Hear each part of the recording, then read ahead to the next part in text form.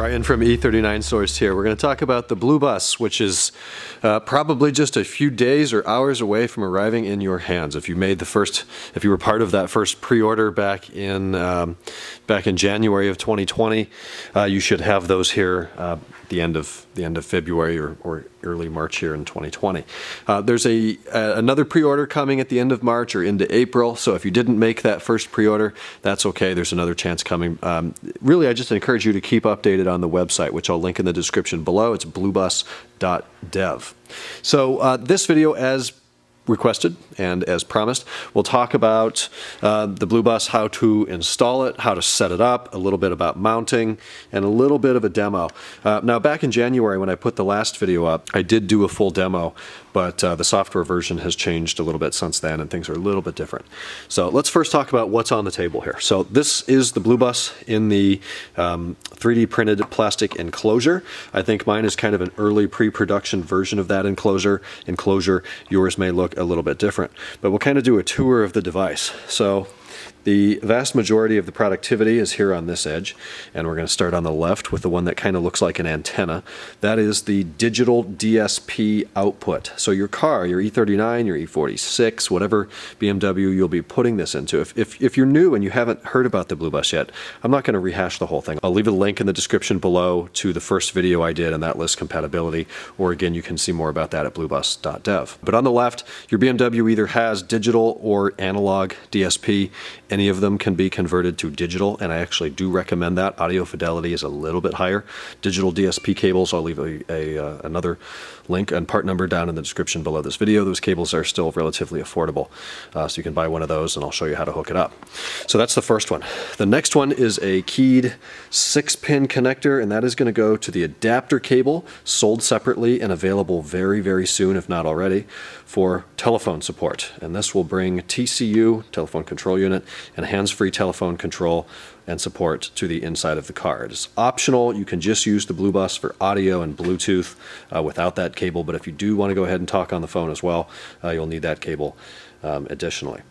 The middle largest port there is analog DSP. So we talked about the digital one. This is analog, and you don't need to use both. You don't want to use both. There's a setting now in the settings menu on the BlueBus to be able to toggle back and forth. So if you are going to use the analog, there it is. And then you have over here the 3-pin keyed connector for power and iBus connectivity. And we're going to be robbing that right from the, we'll talk about that when we're in the trunk, but right from the CD changer. On the opposite side of the BlueBus, we have two more connectors. That is the micro USB port for software updates. And then on the right, we have a third-party or aftermarket microphone connector. If you didn't want to use the BMW one in the car, you could run maybe a newer, higher quality version of your own. This is the cable I talked about before. It is about a 12 to 18 inch run of cable plugged into an adapter that's going to plug into the blue telephone control unit cable in the trunk. If your car already came with the TCU, you're going to disconnect the TCU and plug this in instead. If your car didn't, I'll show you where to find that cable. It should be there.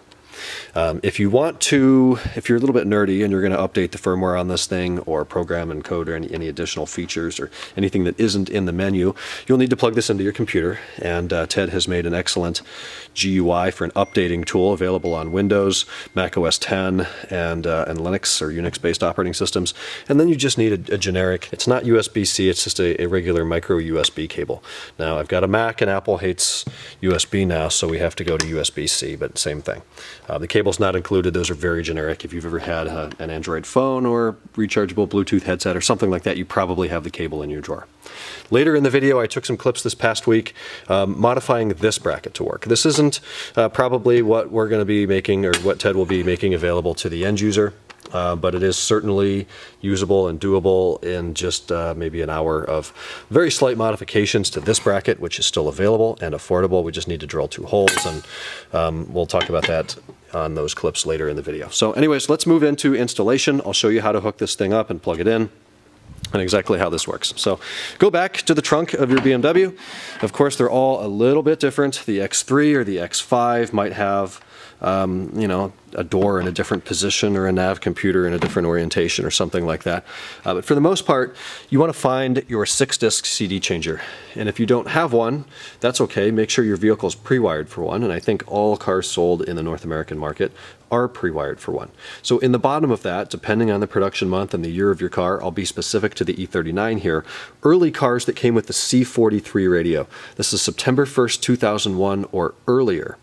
Those cars used digital DSP, and you probably already have a digital DSP cable that comes out of the top of the amp, right in between several other connectors. It's this very thin, black, single wire, and then it has what looks, again, like an antenna connector on the end of it. So that will be plugged into the bottom of your CD changer, or if you're just pre-wired for the CD changer, it'll be floating around somewhere. Then the other thing that plugs into your CD changer is going to be the 3-pin power. And it's exactly that. It's 3 pins. It comes out from under this carpeting right here, and it runs into the bottom of the CD changer. If you don't have the CD changer, it'll be pre-wired. It might be tucked behind the carpeting. You might have to dig it out. Now, I retrofit Sirius XM in this car a couple years ago, so I rob the CD changer 3-pin power for the Sirius module. Thankfully, BMW was smart enough to think, well, what if you want Sirius and you still want the 6-disc CD changer? They made something called a slave cable, and it plugs in right to the left of the 3-pin power. It is this one, and that runs in my car up here now, and that gives me an analog DSP in addition to a 3-pin power. So I'm mounting my BlueBus up here on top of the Mark IV, and I have it out right now, which is why that's so flimsy. So I'll be installing my BlueBus here on top of the Mark IV navigation computer. That's why I ran the cables up here. If you don't have the Sirius, that means you probably don't have the slave cable, and that means you're going to be using the regular 3-pin power and iBus communication that is right here. And that wire is already stretched a little bit heading to the Sirius module. There's no way you're going to get it up here without extending it. So you're going to need a bracket down here, come up with a different mounting solution. But with the slave cable, it works really well up there. So essentially, there's only 2 things that you have to plug into the BlueBus. You need your 3-pin, either from the original car harness or from your slave cable, and then you need your audio output, either your digital DSP that goes into the top of the amp, or your analog DSP that is part of your slave cable or plugs into the CD changer. Additional things that you could plug in would be the yellow and black cable, adapter cable I showed you before for the phone, and that plugs into this. This is what would plug into the TCU. If your car didn't come with the TCU from factory, you have the wiring. It is tucked back in that jungle, and you may want to take the carpeting down. There's just a little black pop rivet, normal BMW pop rivet holding the carpeting up. You pry that out with a screwdriver or pry tool. Pull the carpeting back. There's probably a zip tie wrapped around everything. Cut the zip tie, isolate the blue connector, and it's going to be that easy. I'm going to have trusty sidekick Nate show how to make the connection here. Quite simple. Very difficult if you can get it the right orientation. Yeah, it only fits one way. And then you just rotate the little white lever arm up into position, and that's what locks it on there. Removing it is just pressing a tab on top and then sliding the arm or the lever back down. So we've made the connection there. That's going to enable microphone and phone access, and then I'm just shoving this back up behind the carpeting. You could zip tie it if you want to keep it out of the way. And again, where my BlueBus is mounted, I just keep it on top and run all the wires to one spot. Trusty sidekick Nate is going to demo installation of all the cables here, starting with the 3-pin power and iBus. They only fit one way. They're all keyed really nicely. That's the analog DSP. Again, I'm using the digital, but it's easier to just plug it in, just so it's plugged in and not floating around, even though I'm not using it. Then we take, we can see the little key on that.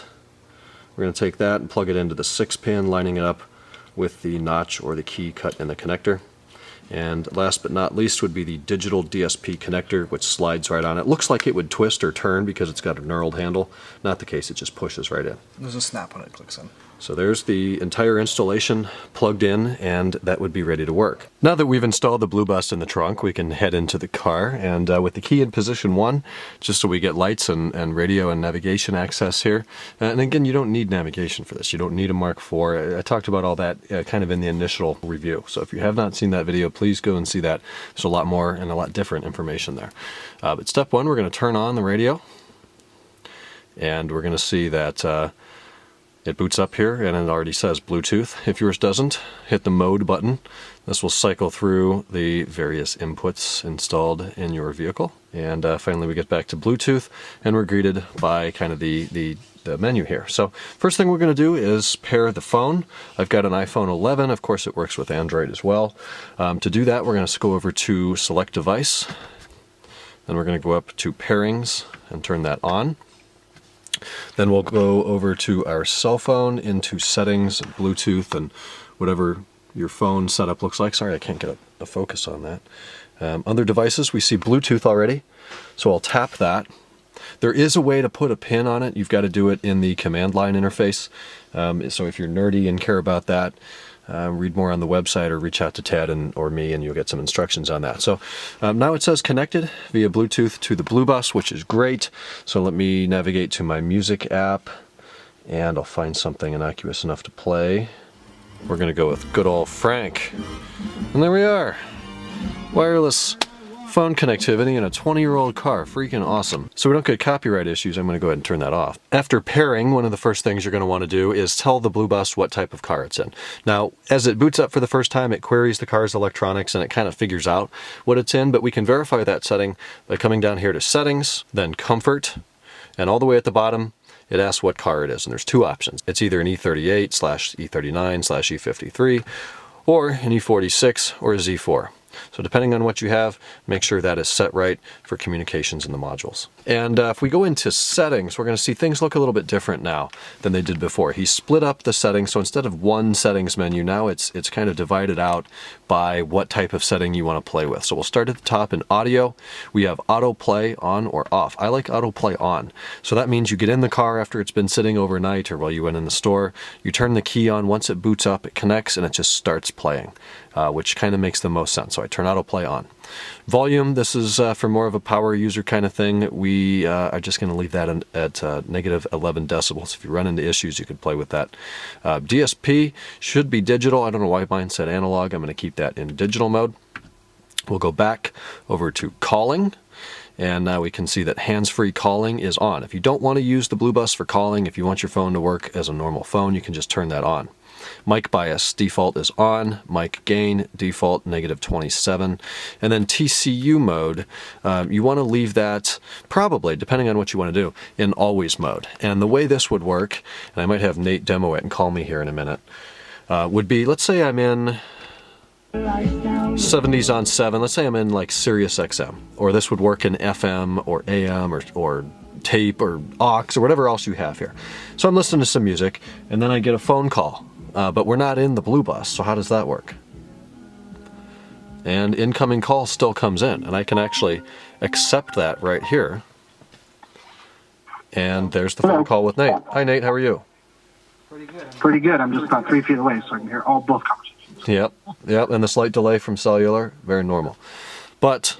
Yep, but you sound pretty clear. Oh, good. Well, that's a 20-year-old microphone. I'm going to go ahead and end the call right from here without even touching my phone.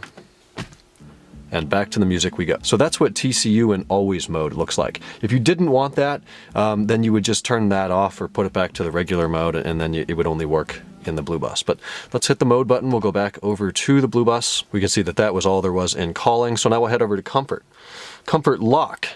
That means when you start driving the car, the doors will lock. I personally really like this feature. I have it coded on in another module, so I don't use the BlueBus for this, but the BlueBus could overwrite whatever the other module is. So the settings are off, 10 kilometers per hour or 20 kilometers per hour.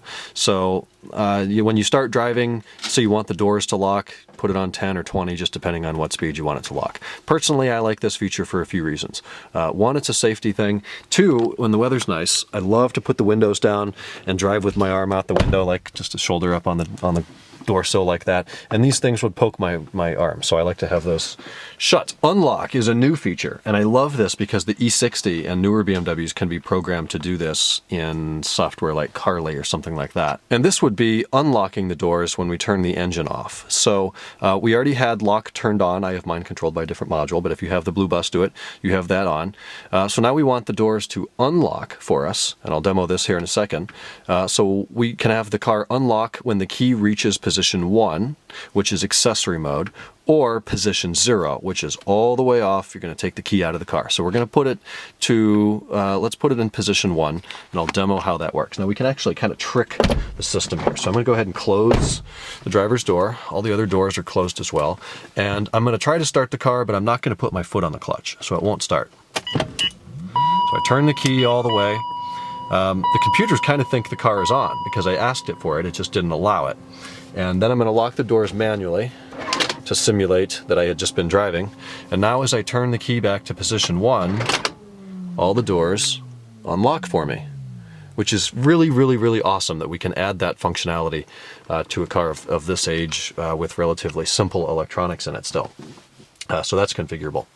Then down here we have blinkers. We can do anywhere now 1 through 8. 1 would be normal turn signal, and 8, the maximum, means if I flip the turn signal stock here and then let go of it, that's going to go 8 times. So if you are the slowest lane changer in the world, you can set that to 8.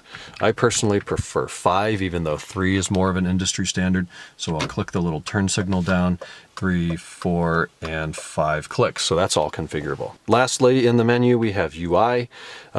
We can have the menu be, the default menu either be the main menu or the dashboard. And the dashboard is where it shows the metadata for the song that's playing, or the information that's the podcast that's playing, whatever you're playing on the phone. So this is the dashboard. If you want the default screen to be the main menu, that would look like this. So I personally prefer the dashboard. I think it's more useful to see the metadata of the track. And then lastly, here in settings and UI, we have metadata. And this would scroll either in party mode or in chunk mode. If I play again, it'll start scrolling up here. Instead of saying Bluetooth, it'll go by chunks, display as much as it can, and then move on to the next chunk. Off just says Bluetooth, and then in party mode, it will try to scroll, I think, letter by letter, the metadata of whatever is playing. So I just leave that off. The way this system is, the BlueBus can't further manipulate this to use the whole display. It's just limitations of old hardware. So those are the settings. We'll come back again. We already talked about dashboard, and we talked about pairing a device. If we wanted to clear the pairings, we could do that from here, or manually connect. We would come over here and hit enter. I'm going to go back. We'll go into the metadata, or the default display here. And then there's a couple little tricks here we can do with play pause. These 2 arrow buttons here below the phone button can be used to play and pause the music. And those correlate to a small little play and pause icon there in the top right. So if I hit the button again, then it goes to a pause. I'll hit it one more time and back to a play. You can also do that here from the steering wheel with the little guy talking. So you tap the guy talking and it pauses. You tap the guy talking again and it will resume. If we press and hold the guy talking. Hey, how are you? Hello, how's it going? Pretty well. Anything on my calendar tonight? You'll need to unlock your iPhone first. I didn't find any appointments for today. Sweet. So we have Siri integration right here on the steering wheel, which is super useful to ask for stupid things or to send a text message so you don't have to do that while driving. Steering wheel button can also be used to answer and end telephone calls. And that is the demo of the BlueBus. The settings have improved. There's a lot more coming in future software updates. Kind of a big dashboard display that's going to give us a bunch of cool stats on the car is on the way. Some miscellaneous features and improvements are on their way as well. It's a really exciting thing, and it's been an awesome opportunity. I can't thank Tad enough for the opportunity to work with him and help test and develop this thing. It's been a ton of fun, and it's by far the best product I've ever seen deliver this type of functionality to this generation cars.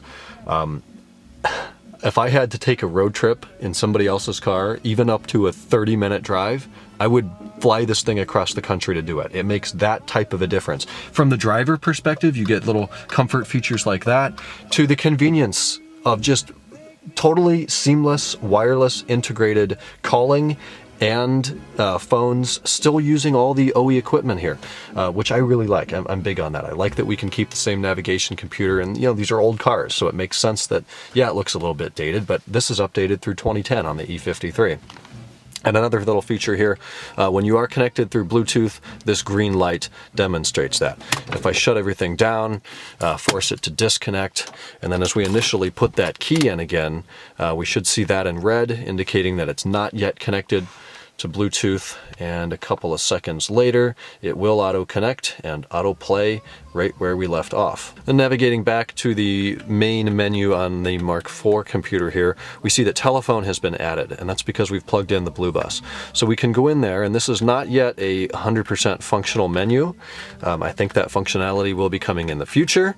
But yeah, we added the little telephone thing on there, so that's pretty cool. Excuse the iPhone clip here. I don't have the big Canon T5 here with me right now, but I've been working here coming up with a bracket for the BlueBus that allows a close to seamless integration in the rear trunk area, along with the other electronics in that rear left oddman store. So this is the bracket that I'm playing with, and we can see the part number right here. This was in E39s that had this, whatever this is. It has a place to plug in your printer from 1994 on the side of it. So I'm not 100% sure what this is. A Google search comes up with PSE Box.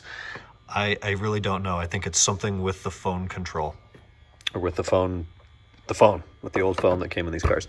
So anyways, this is the bracket that this used to live in, and it comes apart quite easily. There's an 8mm bolt right there. You take that off, and then this little piece comes off, and then you just slide it out. Obviously once it's been unplugged from the car. And let me firstly show you where this thing would sit, and you can see if you already have it or not.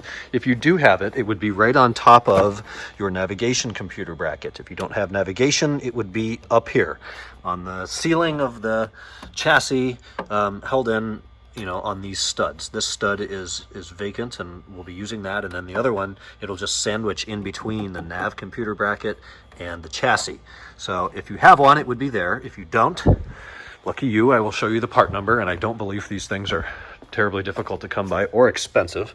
It is 84138361643, and you only have to make some very minor modifications to this bracket to allow BlueBus fitment. It's going to sit in the car like this. So these two holes down at the bottom there are what I mentioned, sandwiching the nav bracket. The nav bracket sandwich will be here. This was the vacant stud, and it's going to sit way up there, kind of tucked up out of the way. And I've mounted the BlueBus in there like this, which is actually really nice. So the only modifications I have had to do here are drilling 2 small holes. So we'll talk about some of the equipment or tools or materials you'll need to properly mount the BlueBus in there. So obviously we're going to need a drill to drill holes. We're going to need a pen or a marker or something to line the BlueBus up and make a dot where each hole needs to go. Then we're going to need some hardware. I ended up using some black small, very small screws that are the same thread pitch and count as these nuts, and those nuts are the nuts that hold the tail lights in.